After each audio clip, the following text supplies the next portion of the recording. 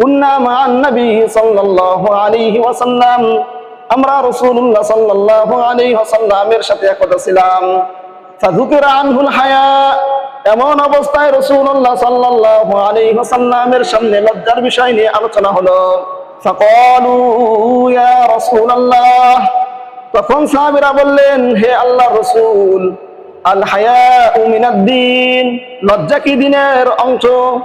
ফাকালা রাসূলুল্লাহ সাল্লাল্লাহু আলাইহি ওয়াসাল্লাম, তখন রাসূলুল্লাহ সাল্লাল্লাহু আলাইহি ওয়াসাল্লাম বললেন, বাল হুয়াদ-দ্বীন কুল্লু, বরং এই লজ্জাই হলো, এই লাজুকতাই হলো পূর্ণাঙ্গ দ্বীন। তাহলে লজ্জাই কি ভাই? পূর্ণাঙ্গ দ্বীন। আমরা দ্বীন যদি পালন করতে চাই, ইসলাম ধর্ম যদি পালন করতে চাই, তাহলে কি আমার মধ্যে লজ্জা থাকা কি অপরিসীম। লজ্জা যত বেশি থাকবে তত বেশি আমি কি দ্বীনদার হতে পারবো।